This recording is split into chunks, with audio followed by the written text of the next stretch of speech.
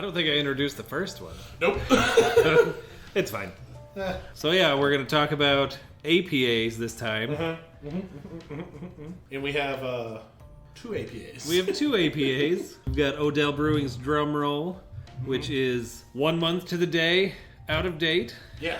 It's actually kind of fortuitous you brought this because we can describe what not to... When you know you have a bad one, yeah, you should be able to taste it. Which is good because I mentioned drinking beer fresh is very important in my APA episode. Yes. Because I want to throw out, like, you know, good beer tips and whatnot. Like, kind of pepper them throughout. Fine. And then the other one we have... This is actually for the homebrew segment here. Yeah. This is not bad because this is a semi-homebrew. I did this one with the guys who are opening up Rockwell Beer Company, and this was Foam Dome, and it was a beer we did, myself and Peter down there. This was meant to be like a 6 to 6.5%, around about 6%, pale ale to American pale ale. So I say kind of like we're around on the lighter side of APAs in terms of hop profile. Yeah. And we also used a couple pounds of cane sugar that really? Basically just added some booze content, but also there's like this kind of tropical dryness, if that makes any sense. I don't know. You may be able to taste it, maybe not, but we're just using what we had on hand. Yeah. And I, honest to God, cannot remember the hops. I remember they were citrusy, so... Yeah. It's nice, yeah. It's not overly hoppy like a lot of the pale ales that they're kicking out these days. And I don't remember why we called it Foam Dome, but I think we were talking about those beer helmets that day when we were brewing it. Oh, yeah. I've never owned one, and I want one. But yeah, APAs from a homebrewing perspective, I've always had trouble. The best homebrews I've done have been the darker styles, right? I can hide my mistakes a little bit with stouts. I've never been great at blending hops, which can cause problems trying to get the hop profile right. Now, I've learned some of that through technique, getting hops better, a better profile, and when to add them. This would be the opposite of the Weiss beer, though, in terms of like what makes it difficult versus easy.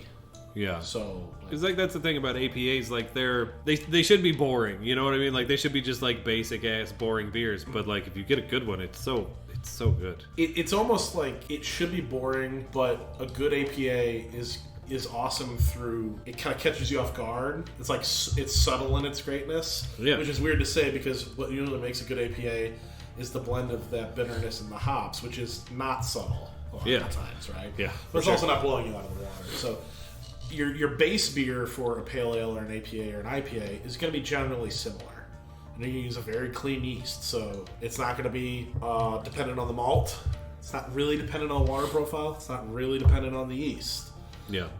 You want the yeast to be fairly neutral unless you want to go another route, but American pale ale is kind of like, just give me something that'll convert the starch into sugar. Then it all comes down to the hops. And so you use just 2-row pale ale malt, by and large? Yeah, you use a basic malt like a 2-row or a Continental Pils malt. Then you add some other malts to give yourself a little bit of color, right? I don't like using the caramel malts. Yeah. I don't like using those because they give kind of that like sugary homebrew taste. So if you use like maybe more of a European malt like a Vienna or a Victory or something, you give a little bit of breadiness with a little bit of color. Or my personal favorite is like using just a tiny bit of the debittered like black malt. Use the very, very black stuff, but like a minuscule amount of it. Oh, really? So you get the color without adding more malt to give it like more alcohol. So you do that in addition to sometimes some like other on malt, a basic pale ale, like pale ale or APA, I've done a lot of 2-row. Yeah. I give it something for body and head, so maybe some Carafoam is something for the head retention.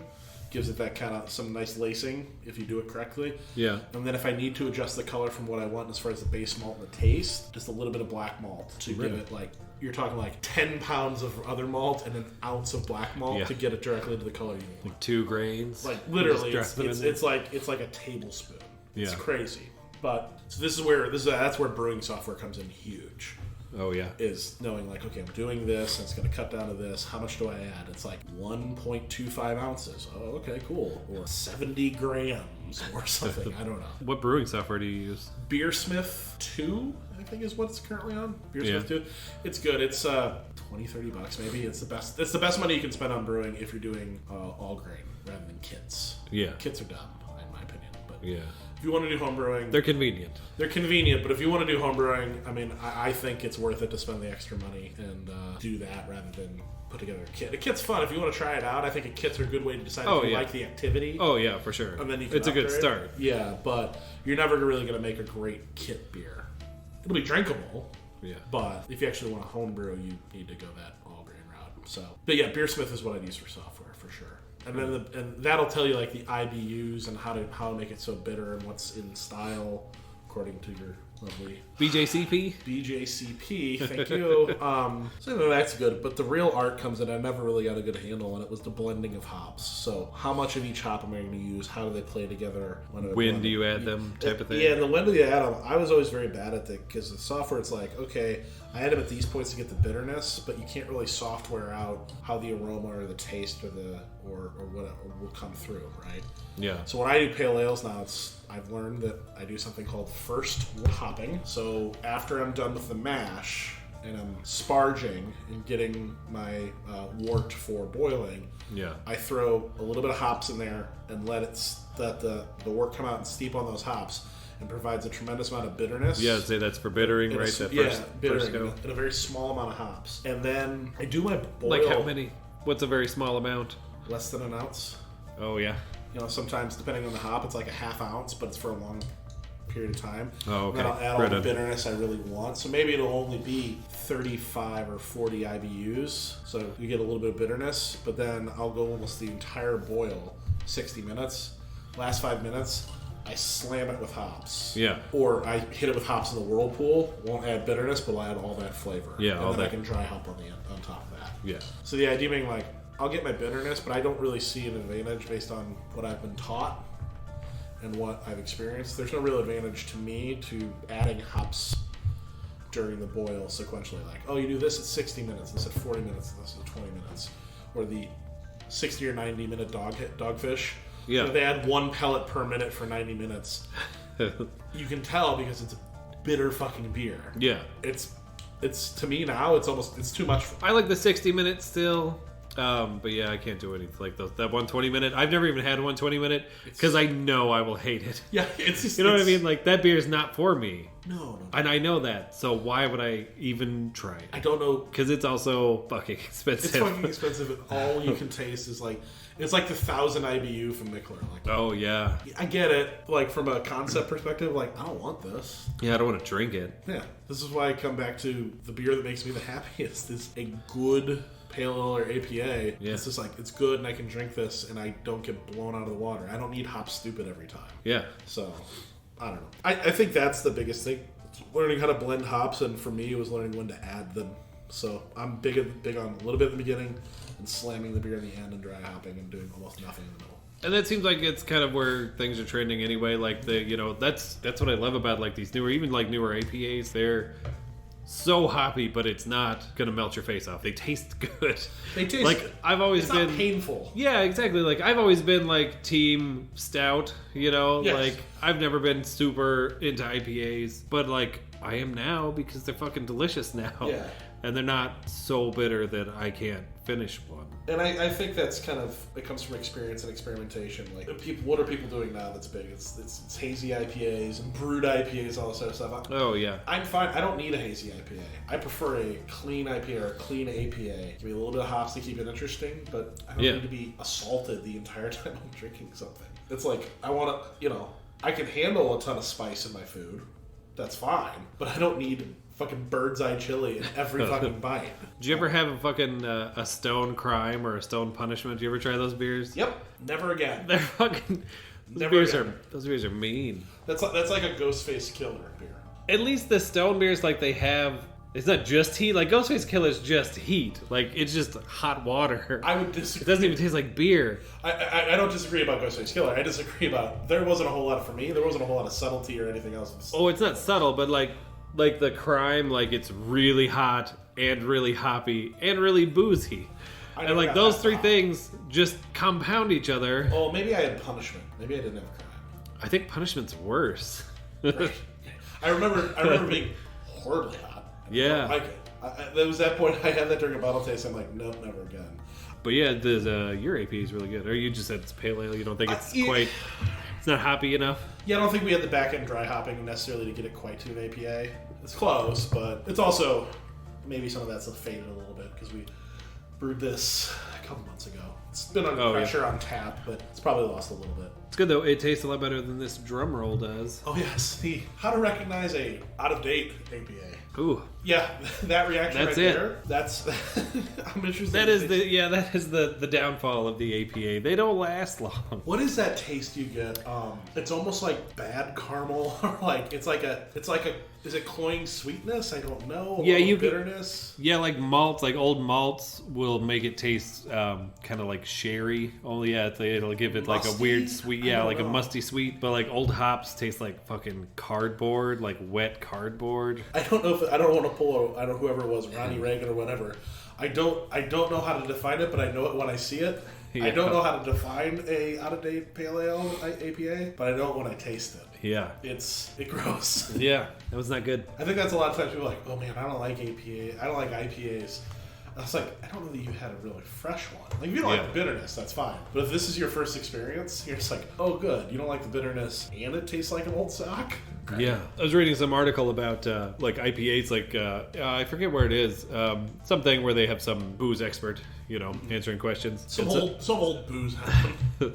And someone was asking, like, how come people always talk about how you have to drink IPAs so fast when like hops are made to preserve beer? Like, it doesn't make sense to them, It's that like, is an interesting dichotomy, yeah. Yeah, it's like, I mean, they were, like, IPAs were made to go overseas, but they weren't worried about, those nice dank notes, like, that wasn't their fucking concern. Their concern was the shit's gonna spoil. I like the idea of the Dutch East Indian Trading Company going like, man, look, it was good, it was fine, but we didn't get those dank notes. Right. Oh, that's a funny visual. No, you're right. It is a natural preservative. Like, it'll preserve this beer's fine. It just doesn't taste very good. It is, yeah, exactly. It'll get you drunk. Right. But it is a little bit counterintuitive, I think.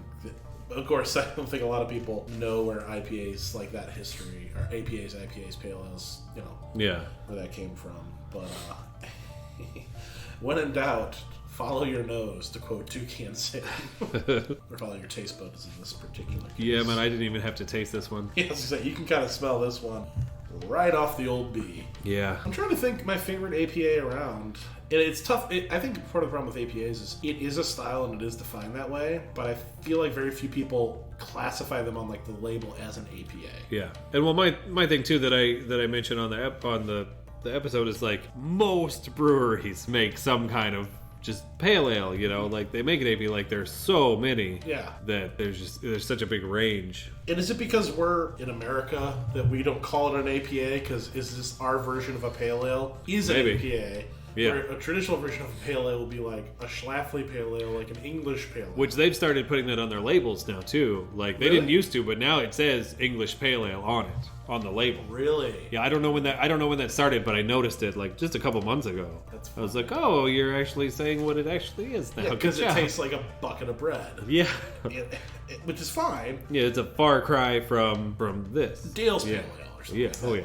Like, I'd say Dale's Pale Ale, that's an APA to me. Yeah, it's on the line. I think, like, if you go by, like, strict statistics, it's probably an IPA. Yeah. But Dale's IPA doesn't sound as fun as Dale's Pale Ale. Oscar Blues IPA, that weird one in the Arctic blue can. Oh, I like that one. I just always thought the Blue Dream. I always thought the canning was a little weird. Rather, like I like the beer, but it was I like that beer. It was a little strange from a visual side because just I don't know, it seemed like a minor league hockey beer. Almost. You know what I'm saying? Kind of looked like a jersey. They're usually pretty outlandish with their beers. Yeah, their beer names. Yeah, you get like Priscilla or something else. It's like I actually like that Priscilla too. That's great. It was good beer. I don't know. I'm sure they still make it, but they don't come around here anymore. I don't know why it's not a Forrest Gump piece of that. Don't come around here no more. Seats taken. Oh, that's funny. Yeah, this is one of my favorite styles. I like it. I do too. Yeah, it's one of mine too because like It's good for all occasions. Like, there's never a time when an APA is not appropriate, you know? It is a beer for all seasons. Yeah, for sure. I'm not a lager guy, you know? Like, I can't get into lagers. I just don't care. Who are you talking to? It's my last resort. Yeah, they're just boring. They're all except the for same. Weiss beers. Oh, yeah. In Thomas's hierarchy of needs, Weiss beer is at the very bottom. Yeah. Then probably lager. What's your go-to APA? Is it a... It has to say APA on the bottle? No, not necessarily. I mean, if you think it's an APA, like I said, there's so many fucking pale ales out there that I think qualify. Like a hoppy pale ale, if we're defining that as essentially, as yeah. If that's like kind of the standard. If it says American on the style, that means it's hoppier and stronger. In that case, typically. fresh Sierra Nevada is about as choice as I can get. Yeah, I'd say Sierra Nevada is definitely an APA. It's so good, and that's honestly it's been forgotten. They don't do any marketing. I hope to God they not around here. I hope they kick up marketing and do stuff because I think people generally like Sierra Nevada, but they just forget about it. Yeah. Oh yeah. It's not like Bud Light where people haven't heard of it. I think people forget about Sierra Nevada. And I hope that I do all the time, and then like something happens, and I'll have a Sierra Nevada Pale Ale. I'm like, why don't I drink this all the time? It's so good. Look, Dale's is probably a steadfast number 2. Yeah. It's something you can get around everywhere. I think Highlight and Dale's are the two top selling canned beers as far as craft beers go. Beforehand, Citywide is good. I like the Citywide. There's a little bit of a cloying sweetness that I get sometimes from it that I'm not a huge fan of, but that's mostly around everywhere. I like the can. I like the general beer. Schlafly APA is not bad. You should try Fresh Drum Roll. They're really good. I wouldn't know. But yeah, those are kind of my go-tos. There's so many out there, but I think the biggest thing is I don't necessarily adhere to one brand or one particular place. For me, it's freshness. And, yeah. Does Firestone have an APA? It's not. They have that Pale 31 or whatever it is, but yeah, even when that's fresh, I'm not a huge. Yeah, I don't really dig that one either. That's surprising because it's Firestone usually kills it. Boulevard, no. Odell. They have a drum roll. Oh, that's right, drum roll. I wouldn't know. They have drum roll and they have Rupture. Rupture is an APA. I like Rupture. I like Rupture a lot. I think it's good.